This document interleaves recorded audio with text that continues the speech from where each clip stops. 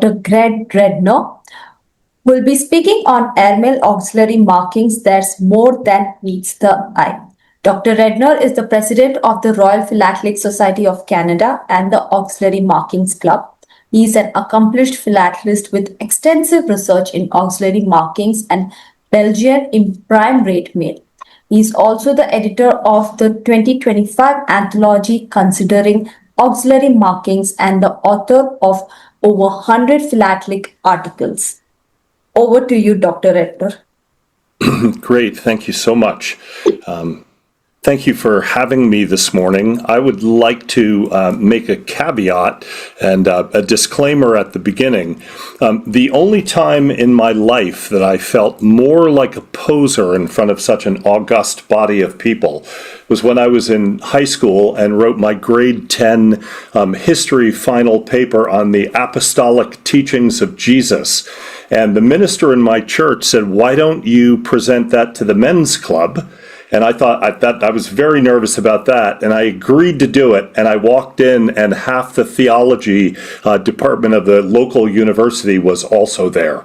So I'd like to say it up front that I am not an Aero philatelist. And so, you'll forgive any misterming or anything along those lines. But I hope to share a few things with you that I think are pretty spectacular. A couple of these things actually come from my collection. The others are things that I've found in articles and all. But I'd like to just give you a chance to be able to explore the possibility of using auxiliary markings in your presentations. So the term auxiliary marking was coined by the late Tony Warwickevich, who was one of the founders, along with John Hotchner and Doug Quine, of the Auxiliary Markings Club in the USA. It's a term that's most often used in North America.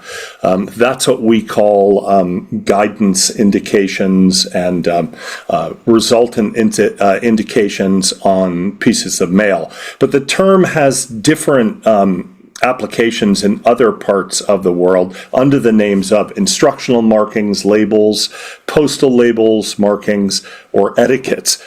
They're all the same. And there's a tremendous argument that goes on at any auxiliary markings club meeting about whether something is an auxiliary marking or not.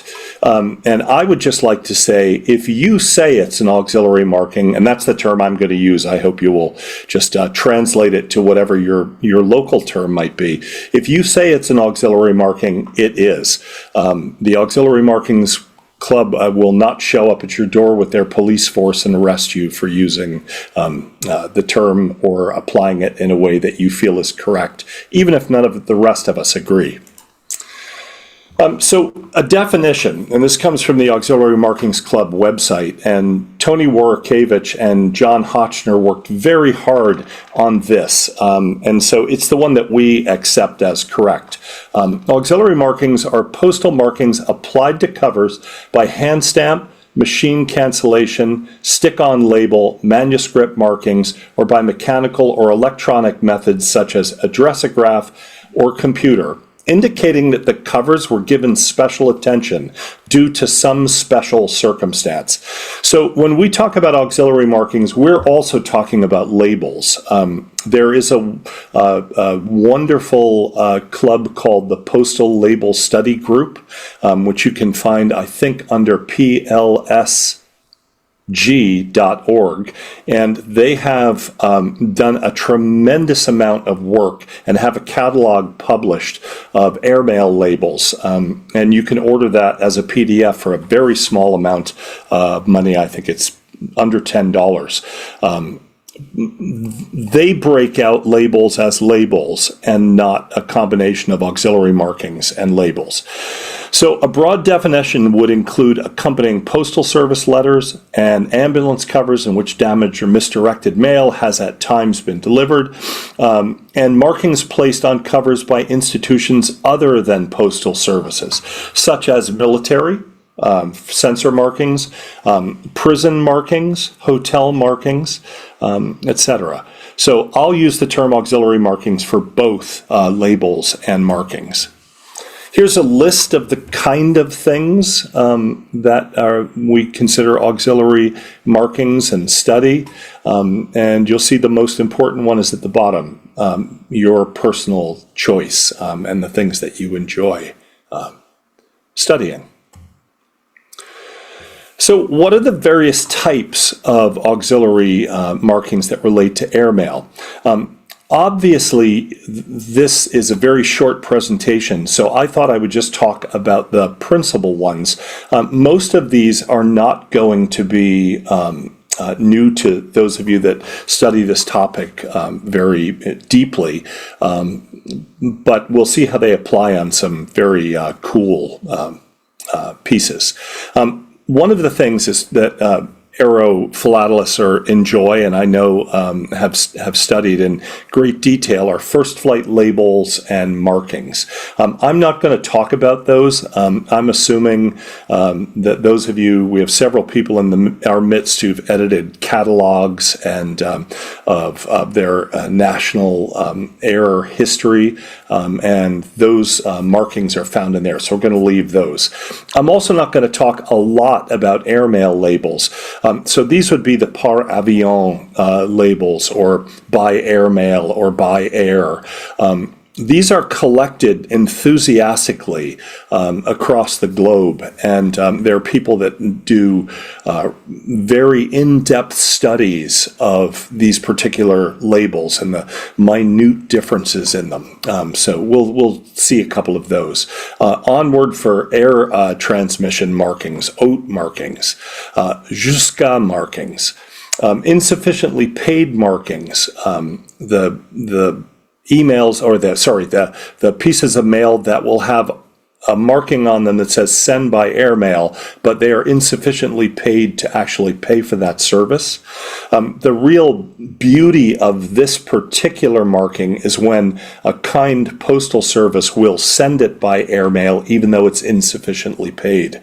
And those are really prized. You'll find them insufficiently paid, but transmitted through the kindness of the U.S. or the Canadian or the Indian Postal Service.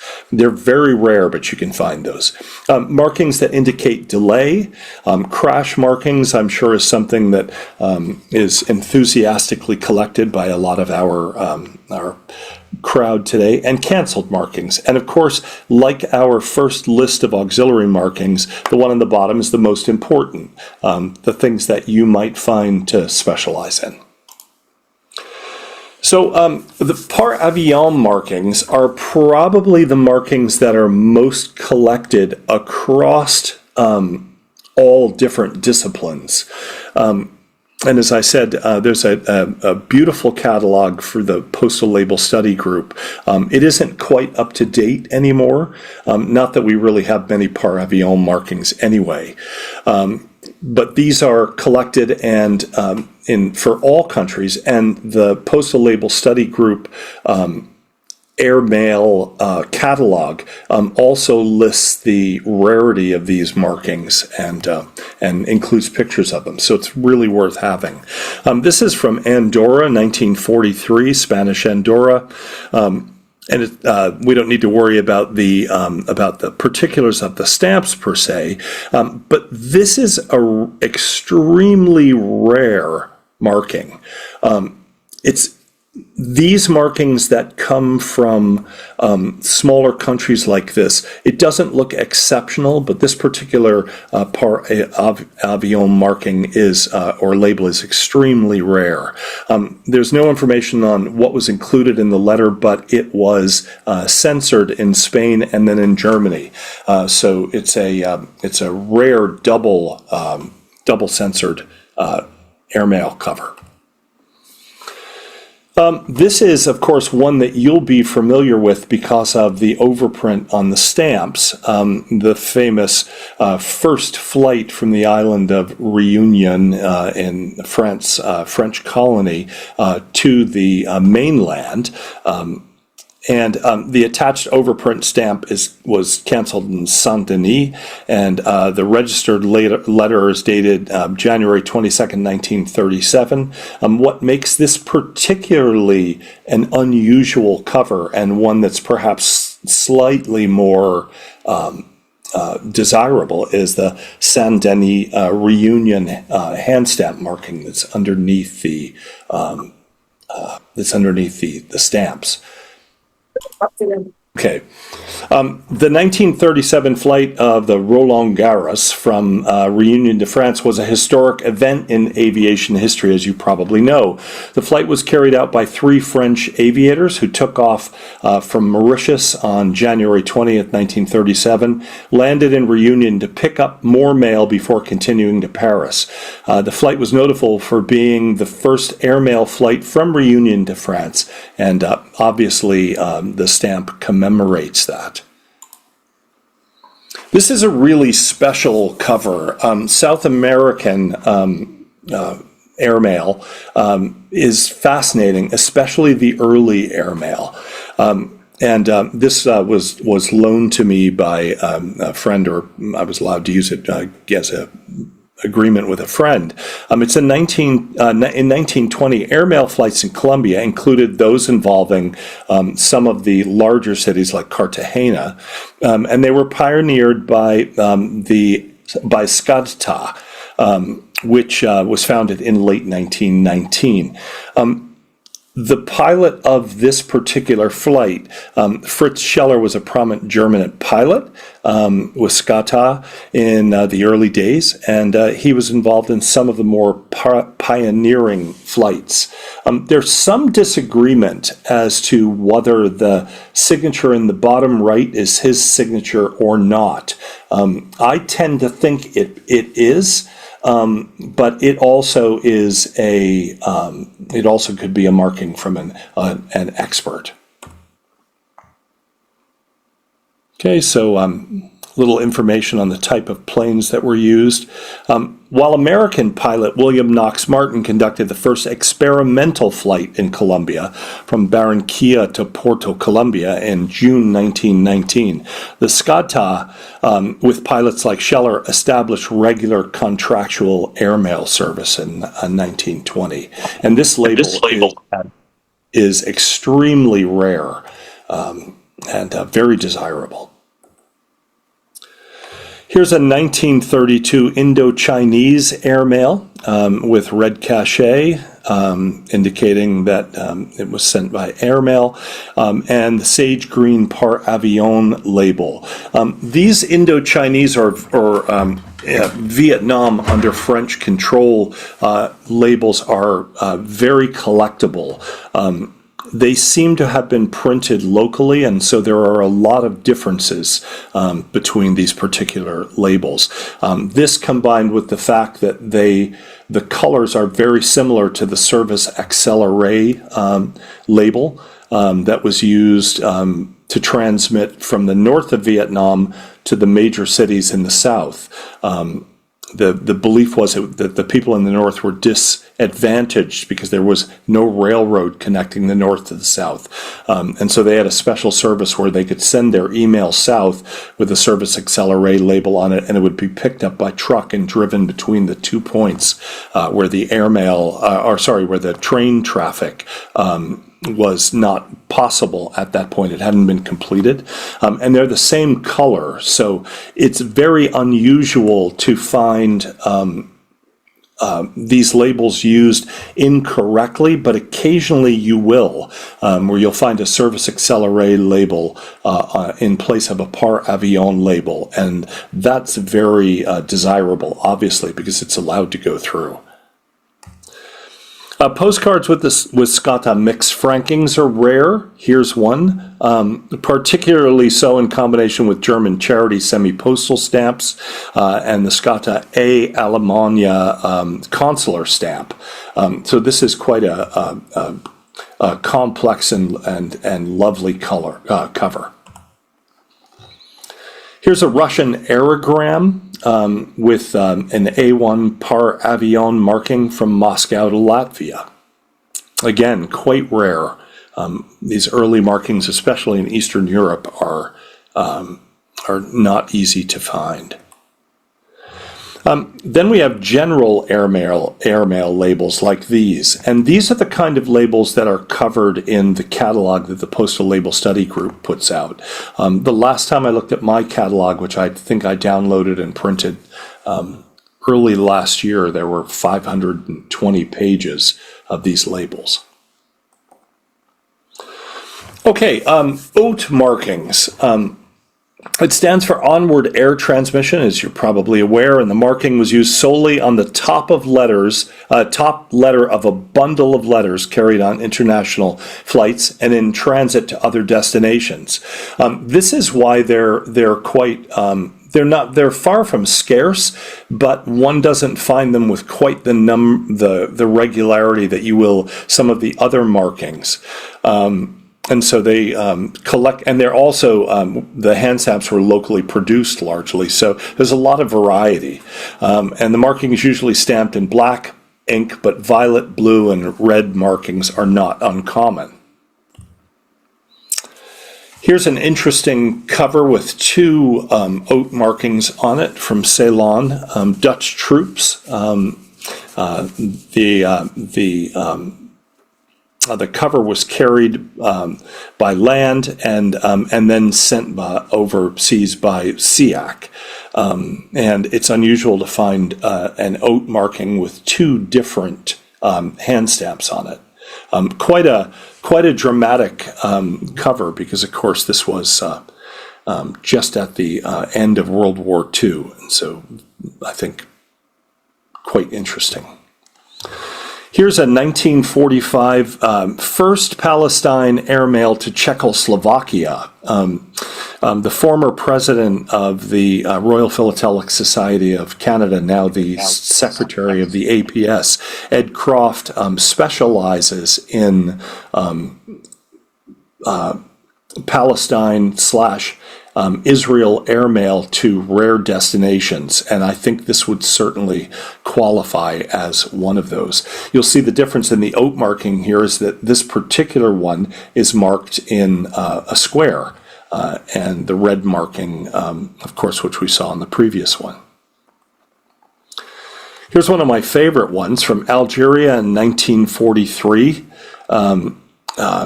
Censored email or censored cover from Fort de France, Martinique, to Fort de France, Martinique from Algeria. A very interesting cover with, I would say, slightly less than rare OAT marking, but certainly not a common one coming from that region. Of course, you'll all be familiar with Jusqu'à markings. These, of course, can all be found, and these particular next few slides come from PK's wonderful website. These serve the opposite purpose of the OAT markings. These are designed to cancel airmail indications on labels to show that the continuation of the trip, that the airmail function has concluded and was properly discharged. One of the things that I like about this particular website is that rarity markings are given. And in cases where it's possible to actually figure these out. And the website is very clearly broken out into bar cancels, which we see here, cross markings. I would love to find a cover with this on it. It's just a spectacular marking. And then what I would call unusual markings, these from Palestine.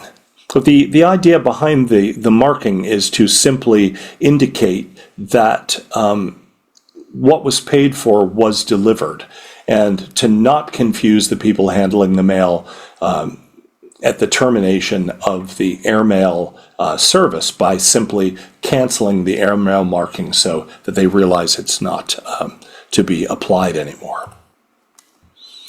One of my favorite areas of collecting that actually auxiliary markings that actually does apply to auxiliary markings and airmail is underpaid for air transmission. there seemed to, I'm a veteran collector of Belgium. That's really my focus.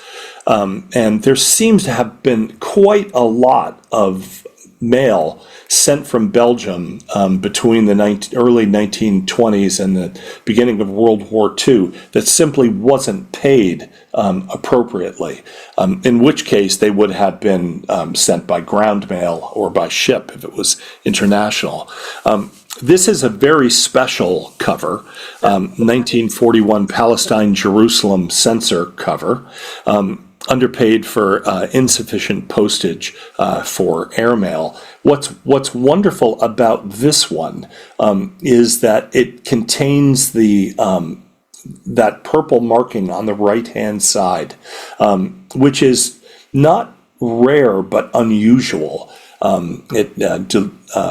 Coming out of Palestine at the time, and so it's a beautiful marking. I wish it didn't quite cross that shredded label there, but nonetheless, it's a very special marking, and you can see it's been crossed out.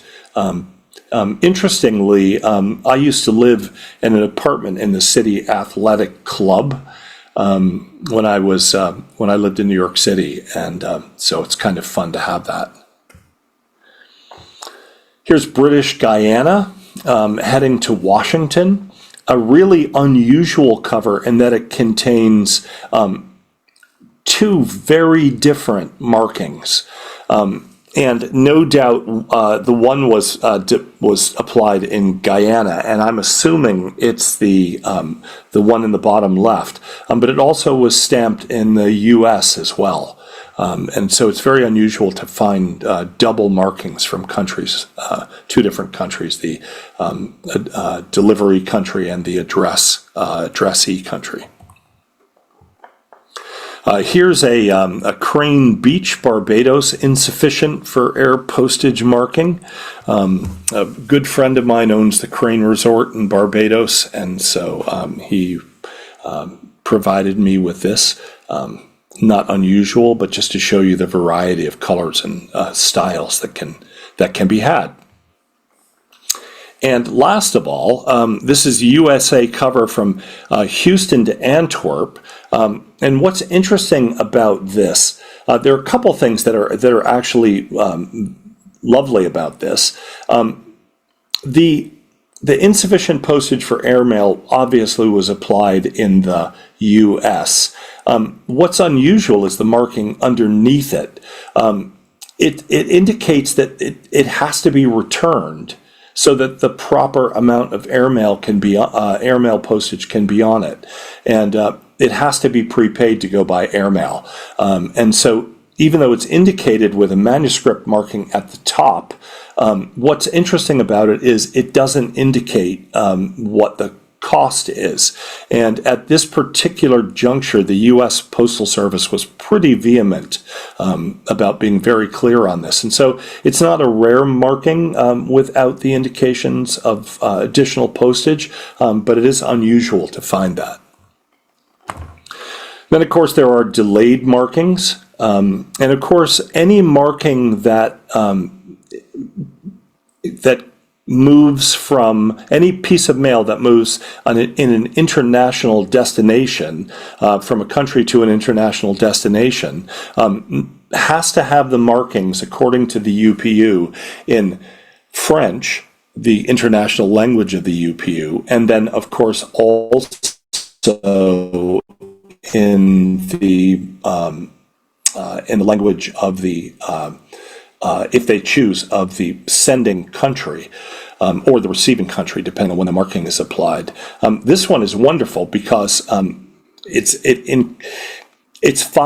what we call a combination marking, and it's applied in the Netherlands, and so it's considered an internal marking, and not an international marking. And it's canceled. It's a canceled, delayed due to incorrect postcode marking. So even though this is an international letter, the marking is applied in the Netherlands. It's not being returned, so it doesn't have to be included in in French as well. But it's a very, very, I wouldn't say it's rare, but I would say it's an unusual marking. They pretty quickly got rid of these and started to use, how shall we say, has started to use markings that could be used both internally and on international mail. And of course, nice to have it come from Nigeria to the Netherlands. Of course, there are crash markings. This one from Portugal, 1943. A beautiful destination on this, from Santiago to Stockholm, and of course it was on the Panama Clipper, or sorry, on the Yankee Clipper, which crashed and sank in the River Tagus in Lisbon. So the label in the upper right is specific not only to the crash but to the date, and those are not easy to find. So a lovely example of an indication as to why your letter appears waterlogged and drenched and what happened to it. Here's another crash marking, an air crash from Japan from Japan via Italy to Great Britain. Unusual because of the double cachet again. Very unusual to find markings in two languages on one cover, so that makes that very desirable.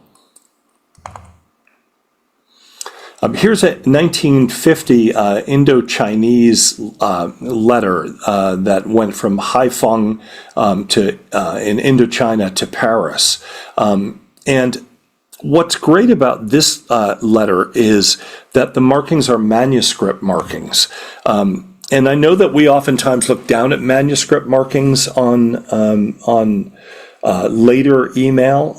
People tend to desire the hand stamps and the labels instead. But this is very rare to find this coming out of the very efficient French colonial and French national air service. And so it's very interesting to have this, and then of course in the back it's resealed with the official sealing tapes. So that's a good little introduction to the things that are available. Have to do a commercial. I know that we always do these whenever we have a talk about auxiliary markings. Postal-markings.org is the Auxiliary Markings Club website. You can see the particulars there. We have a second Tuesday Zoom series. We just published in early 2025 considering auxiliary markings, which does contain an article by Jim Taylor about the Bulgarian shooting down of a jet in the 1950s. So there's something there for aerophilatelists. And we're looking forward to having a virtual exhibit on auxiliary markings in the fall. And the AMC also has a markings award. So if you don't know anything about us, I hope you will give that a look, and I appreciate your attention. Thank you very much. Thank you so much, Dr. Redner.